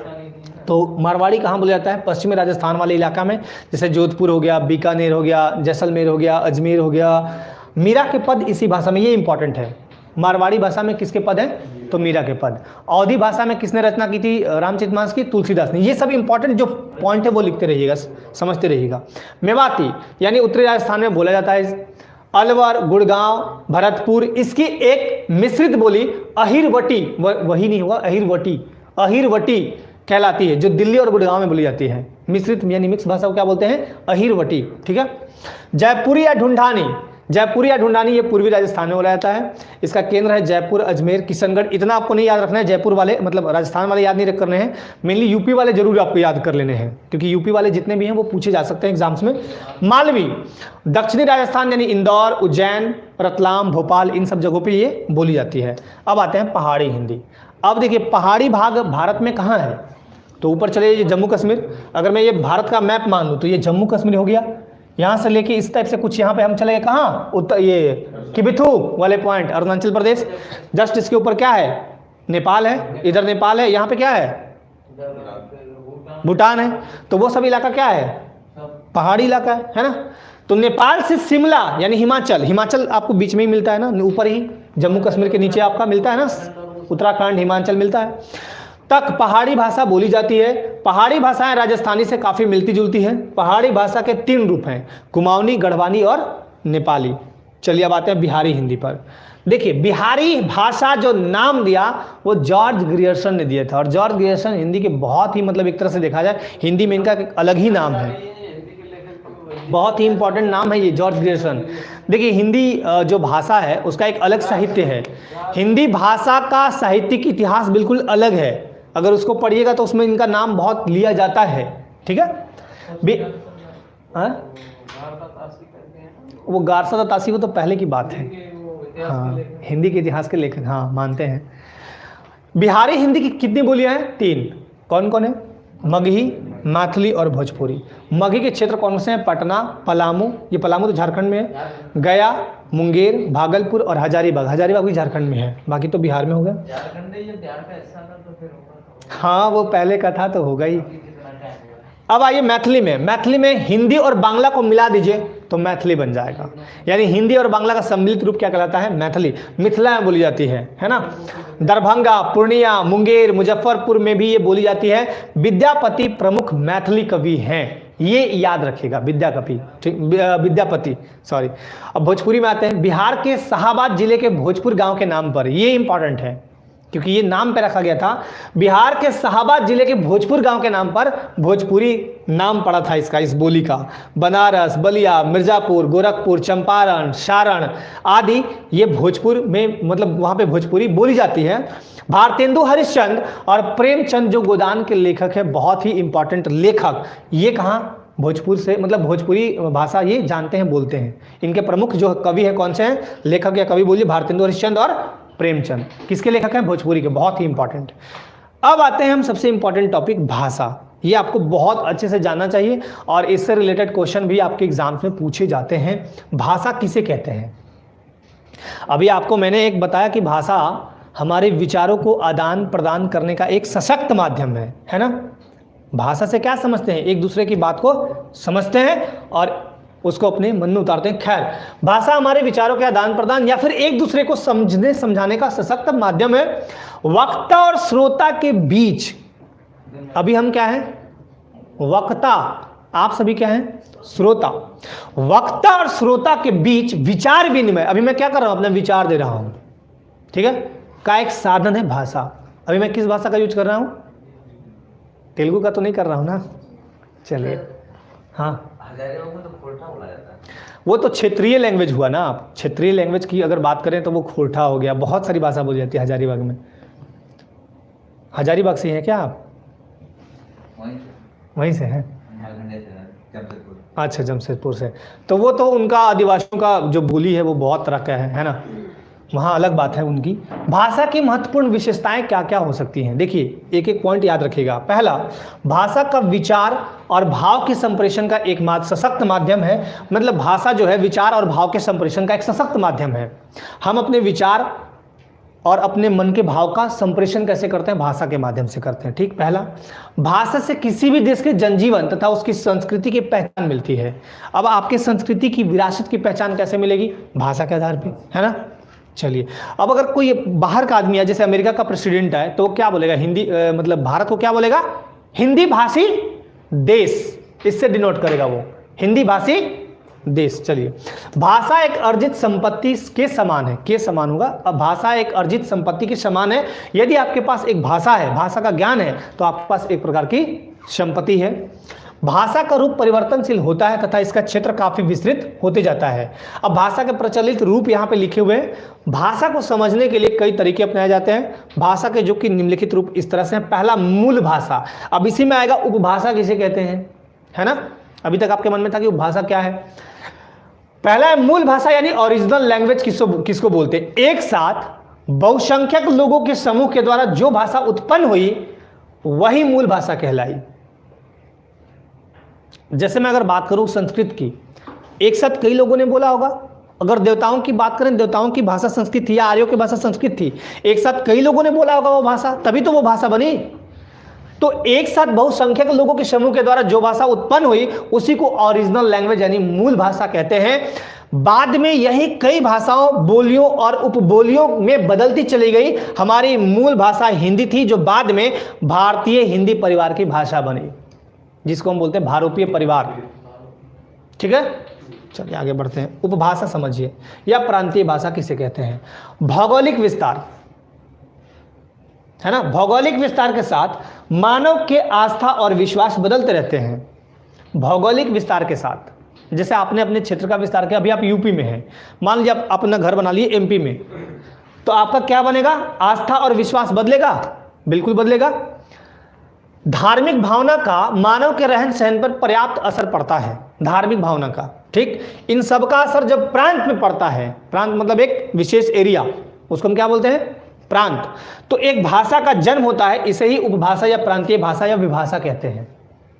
समझ में आया? एक बार फिर समझा देते हैं। जैसे जैसे मानव के रहन सहन का विकास होता है, उसका असर जब एक प्रांत पर पड़ने लगता है, जैसे मान लिया एक 100 लोगों का समूह है और वो उसी जगह पर रहते हैं, उसका असर कहीं और नहीं पड़ रहा है, लेकिन उसका एक क्षेत्र विशेष पर जब प्रभाव पड़ने लगेगा, उन 100 व्यक्तियों 200 व्यक्तियों की झुंड का, तो वो क्या बनेगा, उनके द्वारा जो भाषा का जो जन्म होगा, उस भाषा का जो भी वो बोलते हैं, तो उसको हम क्या बोलेंगे, उपभाषा या प्रांतीय भाषा, यानी उस प्रांत की भाषा। क्लियर है? इसको भी उपभाषा। जैसे प्रांतीय भाषा में क्या होगा, बंगाल की भाषा बांग्ला, बिहार की भाषा भोजपुरी हो गया, मैथिली हो गया, ये हो गया। ये क्या है, भाषा नहीं है, उपभाषा है। मैंने यहाँ क्या लिखा है, उपभाषा या प्रांतीय भाषा, यानी प्रांतीय भाषा, यानी उस प्रांत की भाषा क्या हो गई, भोजपुरी, उस प्रांत की भाषा क्या होगी, मैथिली, उस प्रांत की भाषा क्या होगी, मगही। पंजाब एक पार्टिकुलर क्षेत्र है, पूरा देश नहीं है, पार्टिकुलर क्षेत्र है, वहां की भाषा क्या होगी, पंजाबी। तो यानी उपभाषा समझ में आ गया। जैसे तो बता ही दिए कि बिहार की भोजपुरी, मतलब बिहार एक प्रांत है, वहाँ की भाषा जो है बहुसंख्यक लोग बोलने लगे भोजपुरी, तो वो क्या बन गई, उपभाषा या विभाषा या प्रांतीय भाषा। अब आते हैं आगे। अब बोली समझिए, बोली किसे बोलते हैं? बोली छोटे क्षेत्र में बोली जाने वाली भाषा कहलाती है। जैसे मान लें इस रूम में हम बोल रहे हैं कोई भी एक छोटी सी भाषा, तो ये क्या कहलाएगी, बोली। या मान लीजिए एक एरिया ले लेते हैं 10 किलोमीटर, 5 किलोमीटर, 2 किलोमीटर का, तो ये क्या कहलाएगी, बोली। एक छोटे क्षेत्र में, बड़े क्षेत्र में नहीं। अब भारत की जो मतलब क्या बोलते हैं एरिया है, कितनी एरिया है भारत का एरिया, 32,87,263 वर्ग किलोमीटर। अब झारखंड की एक बात करूं मैं, पार्टिकुलर झारखंड की 79,714 वर्ग किलोमीटर। तो अगर उस क्षेत्र पे कोई भाषा बोली जाएगी झारखंड में, तो क्या होगी, वो उपभाषा या विभाषा या प्रांतीय भाषा या क्षेत्रीय भाषा बोल लीजिए। लेकिन उससे भी छोटे एरिया में, यानी छोटे क्षेत्र में बोली जाने वाली भाषा क्या कहलाएगी, बोली। बोली में साहित्यिक रचना कभी नहीं होगी, ये याद रखिएगा। साहित्य यानी समझते हैं ना, जब किताबें पढ़ते हैं उनकी रचना नहीं होगी। यदि बोली में साहित्यिक रचना होने लगे और क्षेत्र का भी विकास होने लगे, तो वह बोली न रहकर उपभाषा बन जाती है। यानी उपभाषा बनने के लिए कंडीशन क्या है कि आपका साहित्यिक रचना उसमें होना चाहिए, क्षेत्र का विकास होना चाहिए, तब वो भाषा बनेगा, जो बोली होगा वो। नहीं तो बोली किसको बोलेंगे, एक छोटे क्षेत्र में बोली जाने वाली भाषा को क्या बोलेंगे, बोली बोलेंगे। हाँ, लोकल एरिया मान लीजिए। मातृभाषा, ये तो आप सभी जानते हैं, कोई भी बच्चा या बच्ची अपनी माँ के दूध के साथ संस्कारों में जिस भाषा को सीखता या सीखती है, वही क्या कहलाती है, मातृभाषा। और यही मातृभाषा उपभाषा का हिस्सा बनती है। धीरे धीरे विकसित होकर उपभाषा का हिस्सा बनेगी, क्योंकि उस एरिया में माता क्या सीखी, उसी एरिया के अनुसार सीखी, उस क्षेत्र के अनुसार, तो वही चीज़ सिखाएगी ना अपने बच्चों को। अब आते हैं मानक भाषा, यानी स्टैंडर्ड लैंग्वेज। उच्चारण और व्याकरणिक दृष्टिकोण से यह निश्चित और स्थिर होती है, इसमें कोई परिवर्तन नहीं कर सकते हैं तुरंत आप। बोली में क्या है, कुछ थोड़े बहुत परिवर्तन हो सकते हैं तुरंत, लेकिन इसमें नहीं होगा। शिक्षा, पत्राचार, समाचार पत्र, कार्यालयों आदि में प्रयुक्त की जाने वाली भाषा को हम मानक भाषा कहते हैं। यानी इस भाषा में शब्दों की सारगर्भितता होगी और शब्द बिल्कुल नाप तोल के रखे गए होंगे। हर जगह व्याकरण का बहुत अच्छा यूज होगा, उसी को हम क्या बोलेंगे, मानक भाषा। ठीक है, हिंदी एक क्या है, मानक भाषा। अब आते हैं राजभाषा, जिसके बारे में आप लोग चर्चा कर रहे थे कुछ देर पहले।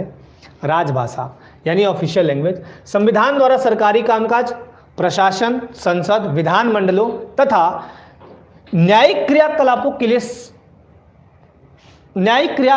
लिए स्वीकृत भाषा होगा। यहाँ पे वो टाइपिस्ट से गलती हो गया, स्वीकृत भाषा को क्या बोलेंगे हम, राजभाषा बोलेंगे।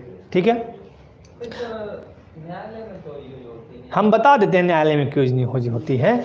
न्यायालय में यूज होने का उसका एक अलग फंडा है। जब आप राजभाषा संबंधित उपबंधों को पढ़ेंगे, जैसे भारतीय संविधान का भाग 17 जब पढ़िएगा, तो उसमें साफ साफ लिखा गया कि न्यायालय जो है अपना जजमेंट या जो भी फैसला है वो इंग्लिश में ही देंगे। उसके पीछे बहुत सारे कारण हैं। पहला कारण क्या है कि जो न्यायालय में जो जाते हैं वकील बनने से पहले वो स्टूडेंट होते हैं, लॉ के स्टूडेंट होते हैं। तो जितनी भी पढ़ाई होती है, लॉ की पढ़ाई होती है, वो किस में होती है, टोटली कम्प्लीटली इंग्लिश में। उसको हिंदी ट्रांसलेट करने में कितनी दिक्कत होगी, सारे बुक्स इंग्लिश में, सब कुछ आपका इंग्लिश में है। एक बात और बता देता हूँ, जिस समय अंग्रेज यहाँ आए 1600 ईस्वी, गए कब, 1947, तो लगभग कितना हो गया, 350 साल लगभग। तो इन 350 सालों में उन्होंने कंप्यूटर में, भारत एक कंप्यूटर है समझ लीजिए, इस कंप्यूटर के हर एक पार्ट में, हर एक सिस्टम में इंग्लिश डाल दिया। अब अगर आप चाह के भी चाहिएगा कि हिंदी कर ले तो वो पॉसिबल नहीं, क्योंकि फिर कंप्यूटर को करप्ट करना पड़ेगा। तो न्यायालयों की भाषा जो होगी वो इंग्लिश, ऐसा मतलब जो जजमेंट हो या फिर जो ऑर्डर हो या जो भी देने हो वो इंग्लिश में ही दिए जाते हैं। उसका एक विशेष प्रोविजन किया गया है। जब वो आप राजभाषा संबंधी जो नियम पढ़ेंगे ना, या फिर भाग 17 वाला जो अनुच्छेद टोटल पढ़ेंगे, उसमें साफ साफ लिखा हुआ है ऐसा, ठीक है। तो इन सब क्रियाकलापों के लिए जो भाषा होगी उसको क्या बोलेंगे हम? राजभाषा। चलिए, देश के सरकारी कार्यों के लिए प्रयुक्त भाषा को राजभाषा कहते हैं। भारत की राजभाषा हिंदी है। भारतीय संविधान के 8वें अनुसूची में 22 भाषाओं का उल्लेख है। संविधान के भाग 17, जो कि मैंने बता दिया है, अनुच्छेद 343 से 351 में भाषा संबंधित प्रावधान है। अनुच्छेद 343 क्या कहता है? संघ की राजभाषा हिंदी होगी और उसकी लिपि देवनागरी होगी तथा अंकों का रूप अंतर्राष्ट्रीय होगा। भारतीय संविधान ने हिंदी को राजभाषा के रूप में मान्यता कब दी थी? बताइए। 14 सितंबर 1949 को। और प्रतिवर्ष हम 1953 से 14 सितंबर को क्या मनाते हैं? हिंदी दिवस। ये याद रखिएगा, हिंदी दिवस। लेकिन अगर आपसे ये पूछा दिया जाए कि विश्व हिंदी दिवस कब मनाते हैं? 10 जनवरी को, ठीक है। इसका भी देख लीजिए, विश्व हिंदी दिवस 10 जनवरी को मनाते हैं, ठीक है। प्रथम विश्व हिंदी दिवस 10 जनवरी 1975 को महाराष्ट्र के नागपुर में मनाया गया था। 2006 से प्रतिवर्ष 10 जनवरी को विश्व हिंदी दिवस भी मनाया जाता है। राष्ट्रभाषा, नेशनल लैंग्वेज। राष्ट्रभाषा किसी भी देश की सभ्यता और संस्कृति की पहचान होती है। मैंने अभी क्या कहा? भाषा के बारे में एक बात बोला था कि भाषा क्या करता है? सभ्यता और संस्कृति की पहचान होती है। अभी आप जब इंटरव्यू देने जाएं, जब एग्जाम देने जाएं, तो आपकी एक पहचान है, भाषा के आधार पे भी है, ठीक है ना। भाषा आपकी संस्कृति के आधार पे भी है। देश की बहुसंख्यक आबादी द्वारा बोली समझी जाने वाली भाषा क्या कहलाती है? राष्ट्रभाषा कहलाती है। अब आते हैं भाषा के 3 रूप। कौन कौन? लिखित, मौखिक और सांकेतिक। लिखित जो हम लिखते हैं, जैसे यहाँ लिखी हुई है, ये क्या है? लिखित। दूसरा मौखिक जो हम बोल रहे हैं, और तीसरा सांकेतिक। सांकेतिक कई तरह से होते हैं। जैसे मैंने ऐसे बोला, ऐसे का मतलब उठ जाइए, ऐसे का मतलब बैठ जाइए। ट्रैफिक पुलिस में देखिएगा हमेशा क्या करते हैं? संकेत करते हैं, है ना। तो सांकेतिक भाषा वो भी होती है।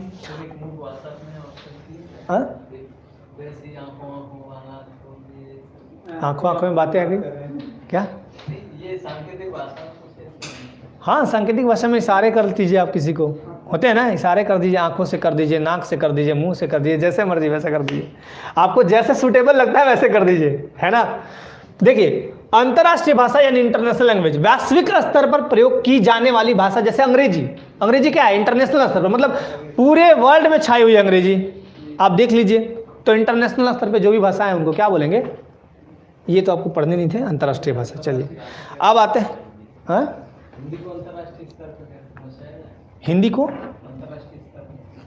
पहुंचाया जाए, उसके लिए हम सभी प्रयास करेंगे, हिंदी को लेके बढ़ावा देंगे। जो क्लास कितने बजे तक है? 3 बजे तक है ना? 3 बजे तक ना? इसको क्लोज कर दो। अब डिस्कशन कर लेते हैं ना। इसको बंद कर देते हैं ना। 3 बजे तक होगी, 4 बजे तक होगी? 3:15 तक है। अब तो छोड़ ही दीजिए इसको, मैंने ये ले लिया तो, क्योंकि वो फिर रिकॉर्डेड होते हैं ना, तो मैंने बीच में ही बोल दिया। खैर कोई नहीं, अब थोड़ा इनसे रूबरू होते हैं, लाइव चैट वालों से, और आप लोगों से भी रूबरू होते हैं। 10 मिनट आपको ऐसे ही कुछ बताते हैं। कल जो टॉपिक होगा ये पंक्चुएशन मार्क होगा, यानी विराम चिन्ह। बहुत अच्छे से सिखा देंगे, टेंशन नहीं है। इसमें सारा विराम चिन्ह लिखा हुआ है और मैं इसके प्रयोग बताते चलूँगा, कहाँ कहाँ क्या क्या प्रयोग होता है, ठीक है ना। कोई दिक्कत नहीं करेगा, टेंशन मत लीजिए। पहला चीज़। दूसरा चीज़, हाँ, नहीं करेगा ना जब आप अभ्यास। देखिए, एक कहावत है, मतलब एक कहा गया है बात, करत करत अभ्यास ते जड़मति होत सुजान, रसरे आवत जात ते सिल पर पड़त निशान। इसका मतलब क्या होता है? अभ्यास करत करत अभ्यास ते जड़मति। अब जड़मति मतलब होता क्या है? इसको बंद कर दूं, अब थोड़ा दिखा देता हूं मैं आपको। देखिए, करत करत अभ्यास ते जड़मति होत सुजान। जड़मति, अब देखिए जड़मति का मतलब क्या होता है? मैंने बोला चीजों को तोड़ना सीखिए, है ना। जड़मति, जड़ मतलब होता है सोया हुआ। क्या है? सोया हुआ। मति मतलब होता है बुद्धि, ठीक है। मति मतलब होता है बुद्धि। पीडीएफ मिल जाएगी, टेंशन मत लीजिए, पीडीएफ सबको मिल जाएंगी, पीडीएफ भेज दी जाएंगी, लगा दी जाएंगी, है ना। करत करत अभ्यास थे जड़मति हो तो सुजान, मतलब जड़ मतलब होता है सोया हुआ, मति मतलब बुद्धि, करते करते अभ्यास, जड़मति मतलब सोया हुआ, बुद्धि में होता है सुजान। सु मतलब होता है अच्छा, जान, सु मतलब होता है अच्छा, याद रखिएगा हमेशा, सु मतलब अच्छा, अच्छा जान आ जाता है उसमें भी, जो सोया हुआ बुद्धि है उसमें भी अच्छा जान आ जाता है। रसरी आवत जातते सिल पर पड़त निशान, रस्सी होता है कोमल और पत्थर होता है सिल, यानी पत्थर, सिल मतलब पत्थर, वो होता है बहुत हार्ड, उस पर भी निशान छोड़ जाता है। तो अभ्यास करते रहिए, हाँ अभ्यास करते रहिए तो फिर आपका सारा कुछ क्लियर हो जाएगा। अब कुछ डाउट है तो पूछ लीजिए आप लोग लाइव वाले, अगर कोई डाउट है तो पूछिए, पीडीएफ दे दिए जाएंगे, पीडीएफ के लिए टेंशन मत लीजिए। आप लोग के कुछ डाउट है तो पूछ लीजिए, कोई भी डाउट रहेगा या कुछ वैसा बात हो तो पूछिए। पीडीएफ सेंड मिल जाएंगे, टेंशन मत लीजिए, पीडीएफ मिल जाएंगे, पीडीएफ लगा दिए जाएंगे, पीडीएफ के लिए टेंशन मत लीजिए, हो जाएगा हो जाएगा। और कोई प्रॉब्लम है, कोई टेंशन है, कोई सवाल है तो वो बताएं, वो मैं क्लियर कर देता हूं। बुक ले लीजिए, फिर बुक पूछ रहे हैं कुछ लोग, बता देंगे प्रैक्टिस के लिए, ठीक है बता दूंगा कल, प्रैक्टिस के लिए एक अच्छी सी बुक, ठीक है। थैंक यू, क्लास बहुत अच्छी थी। ऑनलाइन ऑप्शन क्या है? No problem.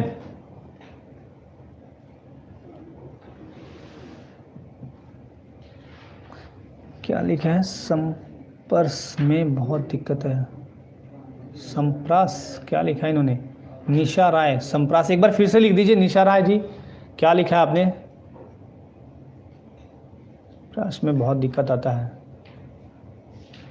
समास लिखा है क्या आपने? समास समझा देंगे, समास संधि जो भी है आपको दिक्कत नहीं होगा, बस हिंदी पढ़ने के बाद आपको एक बार खुद कहिएगा कि सर कोई दिक्कत नहीं हुआ, एग्जाम हॉल में जाने से पहले आपको फिट करके भेजेंगे, टेंशन मत लीजिए।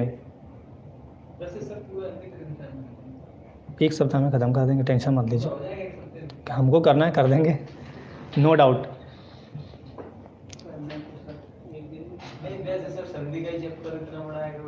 वो कर देंगे ना, संधि समास कर देंगे, टेंशन मत लीजिए। आपको बड़ी लगती है ना, आपको तो पहले ये भी चीज़ें बड़ी लगती होंगी।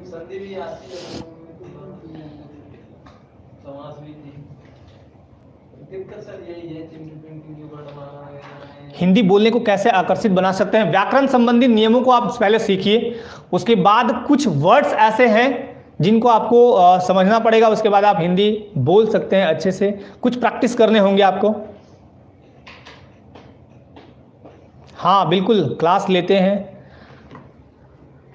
आज़ाद जेपीएससी एकेडमी को मैं ही देखता हूँ, वहाँ भी क्लासेस में लेता हूँ।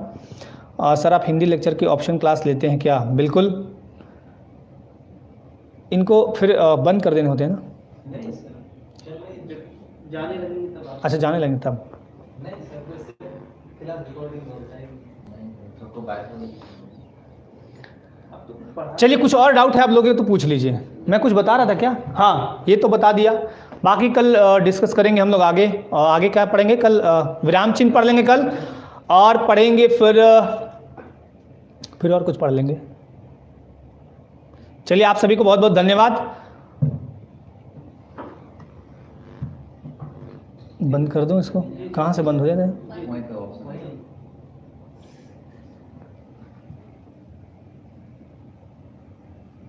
ओके हो गया स्ट्रीमिंग ऑफ।